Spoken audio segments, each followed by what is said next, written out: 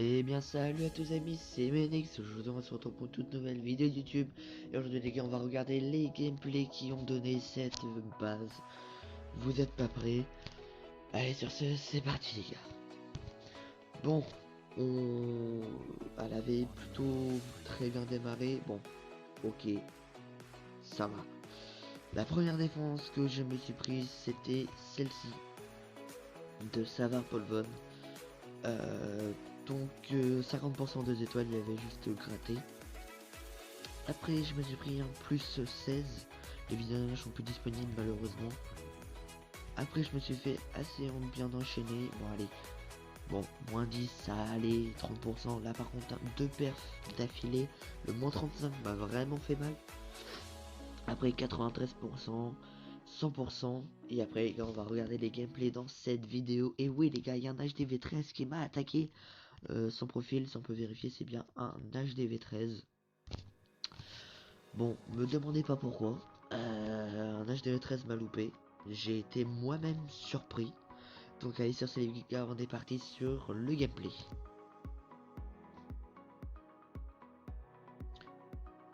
Allez. Donc il commence par zapper les anti-aériennes. Donc en tant dragon, c'est la première chose qu'il faut faire. Aussi la T2 multi, je ne pense pas qu'il a touché, voilà. Il n'a pas touché, donc il aurait pu la toucher. Les sortes de foudre avaient la distance. Il envoie les dragons sur le nord pour essayer de prendre l'HDV. Il y a deux archers qui vont tirer. Le roi au sud qui est envoyé avec la championne. Ou c'est un début HDV 13 hein, sûrement. Championne level 1 donc avec le boost. Le broyeur qui est envoyé sur l'HDV. Sûrement qu'il y a un Hydrag dedans. La reine qui continue à faire le taf juste en bas. La championne qui va rentrer sur l'aigle. La marraine va taffer sur la championne, tue la championne ennemie. C'est pour ça qu'elle a pas dû faire un travail très fabuleux. Le broyeur, on l'avait pas vu, mais il a été juste broyé au sens du terme au nord. Les dragons au sud sous sort de rage ont plutôt bien avancé. Il a plus que deux sorts de gel pour refaire face aux Kararkix au nord. Une entière juste là qui va être détruite. Euh, voilà, les Archix commencent à tirer. La T2 multi vient juste de tomber. La T2 mono tombe aussi. Elle n'avait pas fait de très grands dégâts. Il n'y avait pas de CDC durant cette défense. J'en avais pas mis. Il n'y en a pas beaucoup que j'en ai mis. Je voulais juste conseiller ce CDC, mais moi-même je ne l'ai pas mis. Et là on peut dire les gars, comment il s'est loupé? Tout simplement avec les pièges. Les LDG, il ne reste plus que 3 dragons. 2 Archix sur un dragon, ça fait pas long feu. Puis voilà, les tours d'archer qui tirent en même temps, ça fait assez mal. Donc et ben voilà, les dragons vont partir au fur et à mesure. Et puis dans tous les cas, il y avait plein de pièges autour de l'hôtel de ville. Donc il n'aurait pas plus avancé que ça. Donc ça va partir sur un petit 81% une étoile. J'en suis très fier. Sachant que c'est moi-même qui ai construit la base. Donc le prochain gameplay c'est un perf. On va se le regarder à la fin. Ici de Reich, c'est la dernière que je me suis prise. C'était pas vraiment bien parce que c'est du super gobelin. C'est pas ce qu'on attend le plus. Enfin, c'est pas la dernière que je me suis prise. Il y a le 60% juste ici, mais je la gardais. Elle est pas très intéressante niveau gameplay. Donc les gars, celle que j'avais prévue aussi c'était celle-ci. 83% une étoile. Donc allez hop, il envoie un lance-bûche. Pour détruire sûrement l'entière, la deuxième entière et la tour de l'enfer mono. Il est en hydrag, donc la mono aurait fait le plus mal. Il va réussir à détruire toutes les anti-aériennes. La TDE mono ne tombe pas ici, il va la tomber avec les sorts de zap qui lui restent. Hop. Les hydras qui sont envoyés entre midi et 3 heures. On peut voir ça avance plutôt bien. Et le souci qu'il a fait, c'est que juste ici, les hydrags vont être attirés par l'Arkix, la cabane et la réserve. Après, le souffleur, le CDC, les T2 et tout, et ça va tourner autour de l'HDV. Et même s'il y a un hydrag qui va aller autour de l'HDV, vous allez voir avec tous les pièges que j'ai mis autour de l'HDV, ça ne va rien changer. Ma reine ennemie niveau, ma reine à moi niveau 50 qui fait le taf pour démolir les hydrags. Que j'avais pas fait de vidéo, mais j'ai la reine 50 depuis, je vais dire au moins 2-3 semaines. Et ça fait largement le travail. Et en plus, il y a le souffleur qui va largement gêner. Le parc à Tesla qui fait extrêmement mal en HDV11. Donc dans tous les cas, il pouvait pas perf. Hop, on va mettre en x2 pour la suite pour pas que la vidéo ne soit trop longue. Et voilà, les Archix ils vont finir l'arène. Hop. Les Hydra qui vont avancer au fur et à mesure. Ils font pas un travail de malade parce que quasiment tous les bâtiments sont espacés de 2. Donc ce qui permet aux Hydra de pas trop avancer. Donc ça fait 1.6. Ok les gars, le prochain gameplay je l'ai pas vu, donc on va le découvrir ensemble.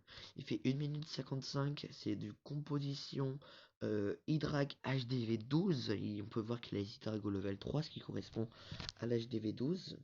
Il n'a pas endommagé l'aigle, non il n'a pas endommagé l'aigle. Donc il envoie un petit peu des Hydrag un peu dispersés, sûrement pour gratter le pourcentage. C'est l'avantage du Hydrag, c'est que tu es sûr de faire 50%. Sauf si vraiment t'as pas de chance et que la base est vraiment bien faite. Il va déclencher l'aigle assez rapidement, mine de rien. Cette hydrague là qui se fait littéralement démonter par l'anti-aérienne. Hop, le tas de ballons et d'hydrague vont littéralement démolir le compartiment HDV. Il y a un hydrague juste en bas là qui va pouvoir bien taffer et même aller probablement jusqu'à l'aigle et la reine, le grand gardien. Les ballons au mid font pas mal de dégâts. Oh oui, font vraiment pas mal de dégâts. Ils ont quasiment one shot une seule tour de l'enfer à un seul ballon sous sort d'orage. La mine noire qui fait tomber les deux hydrags. Alors, une mine noire n'a pas fait tomber les deux, hein, mais c'est au fur et à mesure. Avec l'anti-aérienne et l'Arkix. L'hôtel de ville, vous avez pu voir, bah, va bien sûr tomber, hein, vu tout ce qu'il a mis sur l'HDV, c'était sûr et certain. La cape à roi qui est toujours pas lancée. Hop, la cape à roi est démarrée. Il va encore gratter quelques pourcentages, mais globalement... Ah oui, il y a la reine juste en dessous qu'on n'avait pas vu. Elle a plus sa capacité, donc malheureusement je pense qu'elle va mourir... Ah non. Ah oui, la T2 avait plus beaucoup de vie, donc elle va mourir sur la tour d'archer et le canon. Voilà. Donc voilà les gars, globalement cette base marche plutôt bien. Il y a quelques exceptions, on va voir la personne qui m'a perf. Hop, elle était en hydrag du coup, on m'a beaucoup attaqué en hydrag. Je vais mettre le replay en x2. On peut voir que j'avais aucun bâtiment défensif en amélioration, sauf 2 mortiers. Mais en hydrag ça va pas changer grand chose. Donc il envoie tout au sud, qui est assez risqué, on va pas se mytho, face au souffleur, qui va faire dévier pas mal ses hydrags. Avec le broyeur, ses sorts de gel et ses sorts de rage, il va littéralement démolir le village. Ah, les gars, les hydrags sorts de rage, c'est extrêmement fort. Heureusement que les engins de siège ne prennent pas les sorts de rage. Hein. Ouais, voilà, il va rester littéralement plus rien. Le broyeur a fait un taf monstrueux. En plus, il y avait full ballon à l'intérieur. L'Hydrac sur l'HDV qui va le prendre sans aucun problème parce que toutes les mines ont été désamorcées par le broyeur et les ballons. Donc voilà les gars, je me suis pris 2 perfs en 5 jours d'utilisation. Donc littéralement c'est un très très bon défense attaque. J'ai pas pris de trophée avec, ou alors vraiment 30-40. Ma composition c'est AQH BB Drag, ça marche extrêmement bien. Donc voilà les gars, j'espère que cette vidéo vous a plu. N'oubliez pas de liker et de vous abonner car cette vidéo m'aura pris extrêmement de temps à produire, environ au moins 10 heures de travail, y compris la miniature. Allez sur ce les gars, on se dit à dans quelques jours pour sans doute du FIFA mobile. Allez sur ce les gars, ciao, like et abonne-toi du coup.